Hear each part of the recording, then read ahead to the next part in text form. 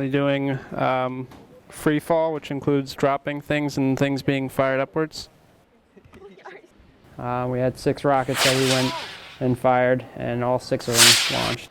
They consist of this cardboard tube right here, the plastic nose cone, the fins that they had to cut out and attach and shape a little bit, and then there's an engine that probably go around 200 to 300 feet.